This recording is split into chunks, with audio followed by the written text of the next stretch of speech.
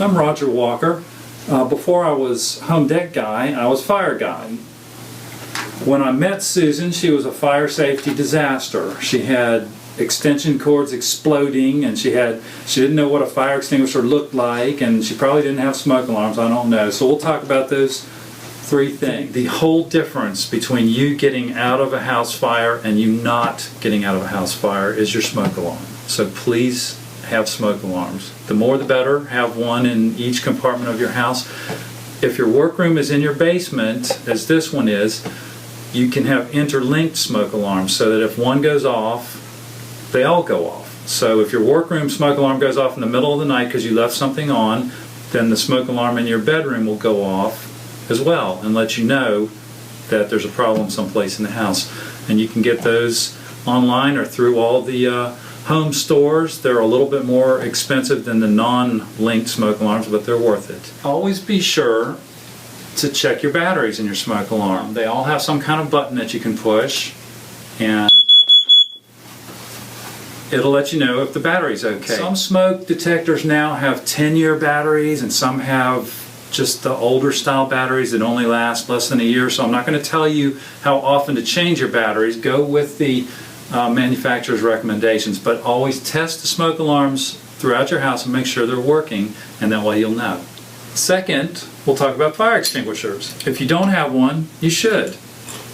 This is a great size for the home. It's an ABC fire extinguisher, so it covers all three types of fire: wood, trash paper, liquids, or electrical. That's the A, B, and C. When you go to get your fire extinguisher, get a nice one with a metal head like this. Pay a couple extra dollars, because if it does leak down or if you use it, you can get it recharged. If you buy the kind with the plastic head and you use it, you just have to throw it away. Nobody will recharge those. I'll show you how to use this. This is very typical of home fire extinguishers, and they're quite easy to use. You pull the pin out, and that snaps the little plastic seal. Squeeze the two handles together and sweep the extinguisher at the base of the flames. Don't shoot it at the top. That's not where the fire is really burning. Shoot always at the base of the flames. Don't test the fire extinguisher, because once you pull the pin and break the seal, it'll gradually leak down. So it's only good if you haven't tested it. And it has a gauge to show you that it's charged and ready to use.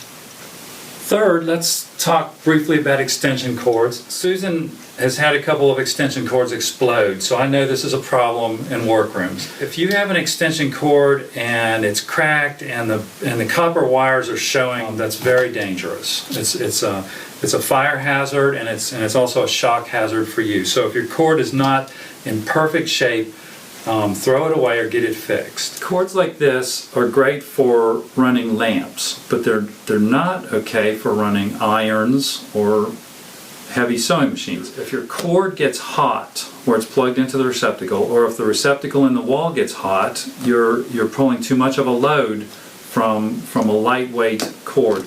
Use heavy, fat cords like these on your irons and on your sewing machine. We like power strips because a lot of them have the little circuit breaker that will trip if you're trying to pull too much power through the power strip, and that'll keep that from catching on fire. One last thing, there are so many different brands and models of power cords, fire extinguishers, and smoke detectors. Always follow the manufacturer's instructions for whatever you buy. Thanks, and stay safe out there.